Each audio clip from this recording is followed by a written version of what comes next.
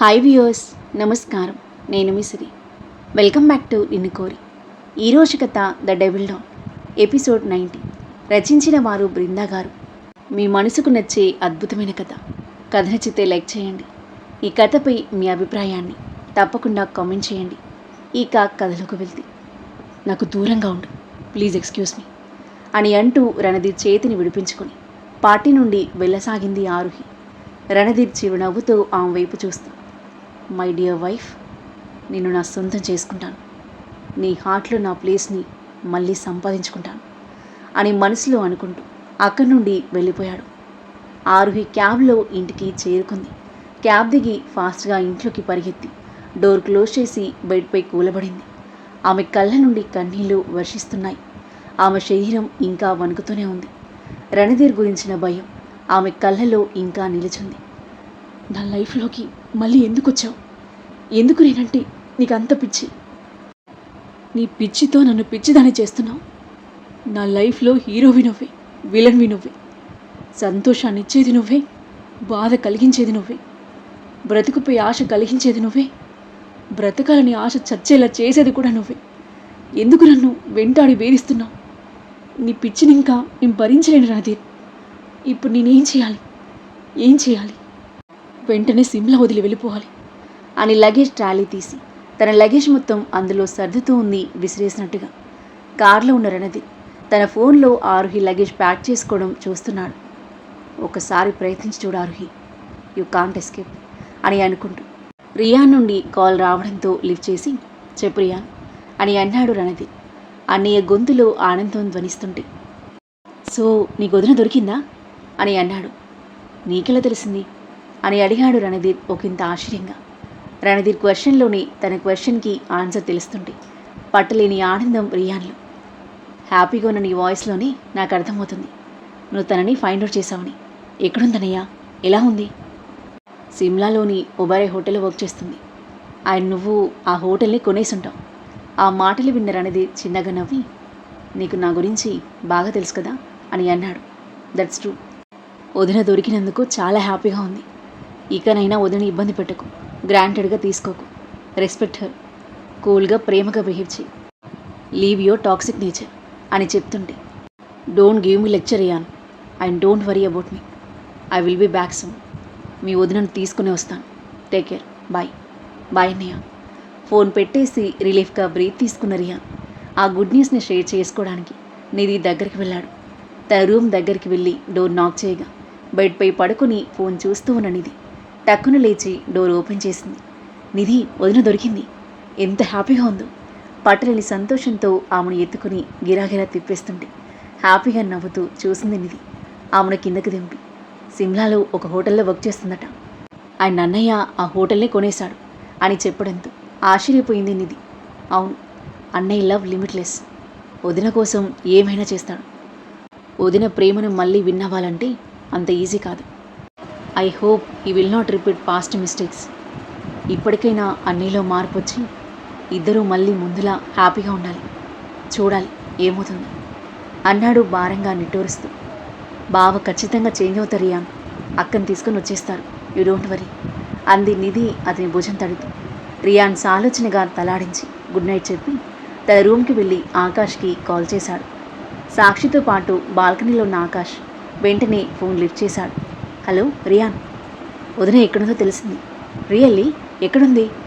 సిమ్లాలో ఒక హోటల్లో వర్క్ చేస్తుంది. అన్నయ్య వెళ్ళారు. That's real great news Ryan. Hope everything will be good.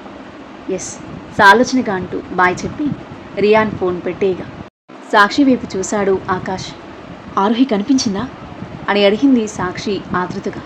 Yes అని నవ్వుతూ తలాడించాడు ఆకాష్. మై గాడ్, ఎంత మంచి విషయం చెప్పారు అని అంటూ అతని హగ్ చేసుకుని వదిలిన సాక్షి. ఎక్కడుంది? ఎలా ఉంది అని అడిగింది హ్యాపీగా నవ్వుతూ. సిమ్లాలో అని రియాన్ చెప్పిన విషయం చెప్పాడు ఆకాష్. అన్నయ్య ఆరుహిని మళ్ళీ బాధ పెట్టకుండా ఉంటే చాలు. ఇద్దరూ హ్యాపీగా తిరిగి రావాలి. చిన్నప్పటి నుండి దానికి అన్నీ బాధలే. పెళ్ళయ్యాకైనా హ్యాపీగా ఉంది అనుకుంటే ఆ హ్యాపీనెస్ ఎక్కువ రోజులు లేకుండా పోయింది. ఇప్పటికైనా అన్నయ్యలో మార్పు వచ్చి దాన్ని సంతోషంగా చూసుకుంటే చాలు అంది సాక్షి బాధగా. ఖచ్చితంగా మార్పు వస్తుంది సాక్షి. ఈ 4 months తను దూరమై ఎంతో సఫర్ అయ్యాడు. మళ్ళీ అలాంటి సిచ్యువేషన్ వచ్చే పరిస్థితి తెచ్చుకోడు. ఇప్పటికే చాలా చేంజ్ అయి ఉంటాడు. మీ ఫ్రెండ్ దొరికింది కదా, ఇక రిలాక్స్ అవ్వు. నవ్వుతూ తనని దగ్గరికి తీసుకోగా అతని హృదయంపై తల వాల్చి రిలీఫ్గా బ్రీత్ తీసుకుంది సాక్షి.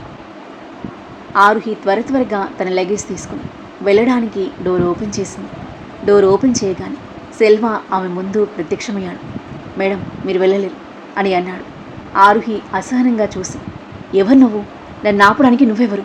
నా దారి నుండి తప్పుకో అంది కోపంగా. సెల్వ రణదీప్ సీక్రెట్ ఏజెంట్ అని ఆరుహికి తెలుసు, కానీ అతని ఎప్పుడూ చూడలేదు ఆరుహి. సెల్వ ఆమె దారికి అడ్డంగా చేతులు చాచి, నేను సెల్వాన్ మేడం, రణదీప్ సార్ పర్మిషన్ లేకుండా మీరు ఎక్కడికి వెళ్ళలేరు అని అన్నాడు. ఏంటి, నువ్వు రణధీర్ మనిషివా?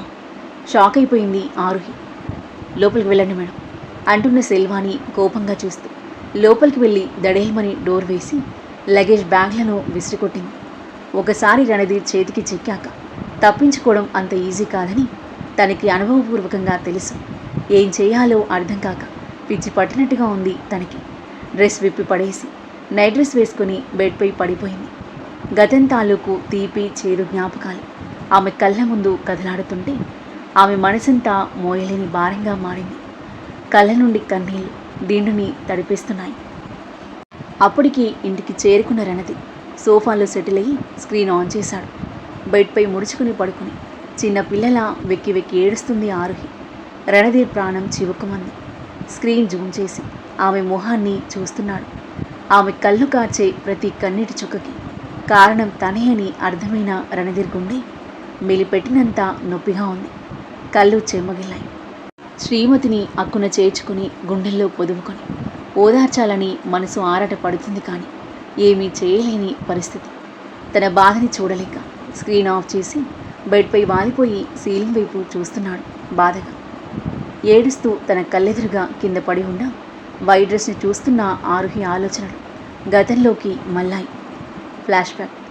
4 నెలల క్రితం సాక్షి మ్యారేజ్ అయిన కొన్ని రోజుల తర్వాత బిజినెస్ వర్క్ మీద ఆరుహిని తీసుకుని ముంబై వెళ్ళాడు రణధీర్. డే టైం అంతా తన బిజినెస్ పార్ట్నర్స్తో బిజీగా గడిచింది. సాయంత్రం 6 అవుతుండగా హోటల్కి వచ్చాడు. ఆరుహి బాల్కనీలో నిలబడి బీచ్ వ్యూని ఆస్వాదిస్తుంది. రణధీర్ తన దగ్గరికి వెళ్ళి వెనక నుండి కౌగిలించుకున్నాడు. తుల్లి పడినట్లుగా చూసిన ఆరుహి, ఇప్పటికొచ్చారా? నన్ను ఒక్కదాన్ని హోటల్ వదిలేసి వెళ్ళారు, చాలా బోర్ కొట్టింది అని అంటుంటే తన బుగ్గపై ముద్దు పెట్టుకుని, మీటింగ్స్లో బిజీగా ఉన్నాను, ఇప్పుడంతా నీతోనే, let's go out and chill, ఫాస్ట్గా రెడీ అవ్వు అని అన్నాడు. ఆరుహి అతని వైపు తిరిగి, మార్నింగ్ నుండి మీటింగ్స్తో చాలా టైర్డ్ అయి ఉంటారు, రెస్ట్ తీసుకోండి, టుమారో వెళ్దాం అంది.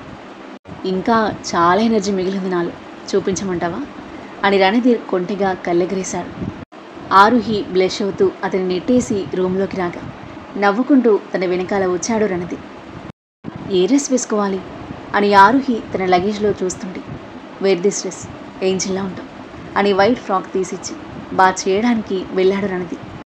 ప్యారిస్లో అతను ఇష్టపడి తీసుకున్న బ్యూటిఫుల్ ఫ్రాక్ అది. అతను బాత్ చేసి వచ్చేలోగా రెడీ అయిపోయింది ఆరుహి. మిర్రర్ ముందు నిలబడి ఉన్న తనని చూడగానే రణధీర్ కళ్ళు తలెక్కున మేశాయి. కరెక్ట్గా మోకాల వరకు చేరుకున్న స్లీవ్లెస్ డీప్ బ్యాక్ నెక్తో ఉన్న ఆ డ్రెస్లో ఎంతో క్యూట్గా ఉంది ఆరుహి. తనే మెస్మరైజింగ్గా చూస్తూ దగ్గరకొచ్చి వెనుక నుండి చుట్టేశాడు.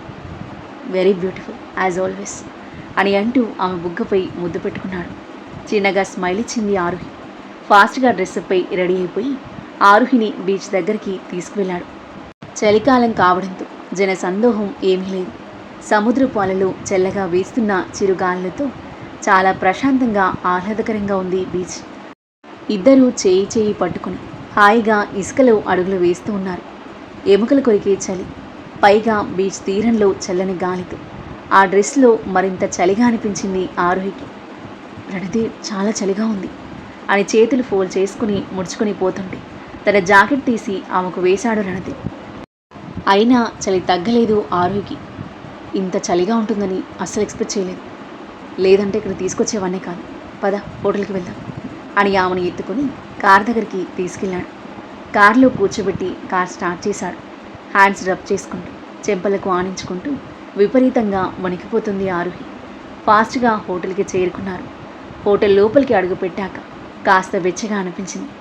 తనని తీసుకుని రూమ్లోకి వెళ్ళబోయిన రణధీర్ బార్ని చూసి అటువైపు తీసుకెళ్లాడు. రణధీర్, ఇటెక్కడికి? నీ చలి తగ్గించడానికి 2 పెగ్గులు తీసుకుంటే యూ విల్ ఫీల్ బెటర్ అని అంటూ తనతో పాటు ఒక టేబుల్ దగ్గర కూర్చొని వైన్ ఫుడ్ ఆర్డర్ చేశాడు. ఆరుహి, హ్యావ్ ఇట్ అని తనకి గ్లాస్ ఇస్తుంటే, నో రణధీర్, నేను తాగను అంది ఆరుహి. జస్ట్ 2 పెగ్స్, నేనున్నానుగా, నో ప్రాబ్లం అని అనడంతో తాగేసింది ఆరుహి. ఫుడ్ తింటూ 2 పెగ్స్ ఫినిష్ చేసింది. అప్పటికే మత్తు ఎక్కేసింది. ఆరుహి, ఇక్కడ నుండి కదలకు, నేను వాష్రూమ్కి వెళ్ళొస్తాను. ఆరుహి చిన్నగా తలూపింది.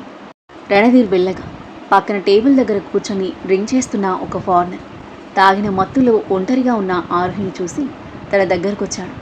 హే బ్యూటిఫుల్ అని అంటూ ఆమె పక్కన కూర్చొని, యూఆర్ లుకింగ్ వెరీ హాట్ అంటూ ఆమె వీపుపై చేయి వేసి నిమురుతూ ఉన్నాడు. Hey idiot, stay away from me అని అతన్ని నెట్టడానికి ట్రై చేసింది. కానీ మత్తులో ఉన్న తన బలం అతనిపై పనిచేయలేదు. లెట్స్ డాన్స్ డియర్ అని అంటూ ఆరుహి చేయి పట్టుకుని లేపి తన నడుముని 2 చేతులతో పట్టుకొని బలవంతంగా డాన్స్ చేస్తున్నాడు. ఆరుహికి తన బాడీపై పూర్తిగా కంట్రోల్ తప్పింది. తనకి ఏం జరుగుతుందో కూడా అర్థం కావట్లేదు. లేమి అని అంటూ ఆరుహి నెట్టేస్తున్నా మత్తులో ఉన్న ఆ ఫారినర్ వదలలేదు. యూఆర్ రియల్లీ సో హాట్ అని అంటూ ఆరుహిని అనుచితంగా తాకుతూ ఆమెను ముద్దు పెట్టుకోబోతుంటే అప్పుడే వాష్రూమ్ నుండి బయటకొచ్చిన రణధీర్ ఆ దృశ్యం చూసి ఆగ్రహావేశాలతో కళ్ళెర్ర చేస్తూ వేగంగా వచ్చి ఆ ఫారినర్ చెంప చెల్లుమనిపించాడు. దెబ్బకి కింద పడి తాగిన మత్తు వదిలిపోయింది అతనికి. How dare you to touch my wife అని అరుస్తూ ఆరుహిని పట్టుకుని అతని ఇష్టం వచ్చినట్టు తన్నుతుంటే, సారీ సార్, లీవ్ మీ అని తప్పించుకొని పారిపోయాడు అతను. రణధీర్ ఆవేశం చల్లారలేదు. ఆరుహిని కోపంగా చూస్తూ ఆమె చెంపపై గట్టిగా కొట్టాడు. ఆ దెబ్బకి సగం మత్తు వదిలింది ఆరుహికి. నిర్ఘాంతపోయి చెంపకి చేయి పెట్టుకుంది. బిల్ పే చేసి ఆరుహిని రూమ్కి లాక్కెళ్ళాడు. రూమ్కి వెళ్ళగానే, బుద్ధుందా నీకు అని కోపంగా మళ్ళీ కొట్టాడు. బెడ్పై పడిపోయింది ఆరుహి. అతను కొట్టిన దెబ్బకి పెదవి చిట్లి రక్తం చెందింది. వాణ్ణి టచ్ చేస్తుంటే, కిస్ చేయబోతుంటే ఆపకుండా నువ్వేం చేస్తున్నావు? నాకు వాడికి తేడా తెలియట్లేదా నీకు? కోపంగా అరిచాడు ఉరిమి చూస్తూ. అతని కోపాన్ని చూసి వణికిపోయింది ఆరుహి. ఆమె కళ్ళలో నీళ్లు నిండిపోయాయి. రణధీర్ తన దగ్గరకొచ్చి, why can't you take care of yourself కోపంగా అన్నాడు ఆమె పెదవికి ఉన్న బ్లడ్ని తుడుస్తూ. ఆరుహికి దుఃఖం ఆగలేదు. నేను వద్దున్న బయటకు తీసుకొచ్చావు. నేను డ్రింక్ చేయను అన్నా నాతో డ్రింక్ చేయించావు. హోష్లో లేని నన్ను అలాంటి స్థితిలో ఎందుకు ఒంటరిగా వదిలేశావు? నాకు ఏం జరిగినా అది నీ తప్పే కానీ నాది కాదు అంది ఏడుస్తూ. ఆ తర్వాత ఏం జరగబోతుంది? రణధీర్ ఆరుహిల మధ్య ఏం జరిగింది? ప్రాణంగా ప్రేమించే భర్తని ఆరుహి వదిలి వెళ్ళడానికి కారణాలేంటి? హోటల్లో బాస్ పిఏలైన వాళ్ళిద్దరి మధ్య ఎలాంటి సన్నివేశాలు చోటు చేసుకోబోతున్నాయి? ఆమె ప్రేమని తిరిగి దక్కించుకోవడానికి రణధీర్ ఎలాంటి ప్రయత్నాలు చేయబోతున్నాడు? అద్భుతమైన కథనంతో మీ ఊహకందని మలుపులతో ఎంతో ఆసక్తికరంగా సాగి ఈ కథ యొక్క నెక్స్ట్ ఎపిసోడ్ కోసం మన నెక్స్ట్ వీడియో చూడండి. కథ నచ్చితే లైక్ చేయండి. ఈ కథపై మీ అభిప్రాయాన్ని తప్పకుండా కామెంట్ చేయండి.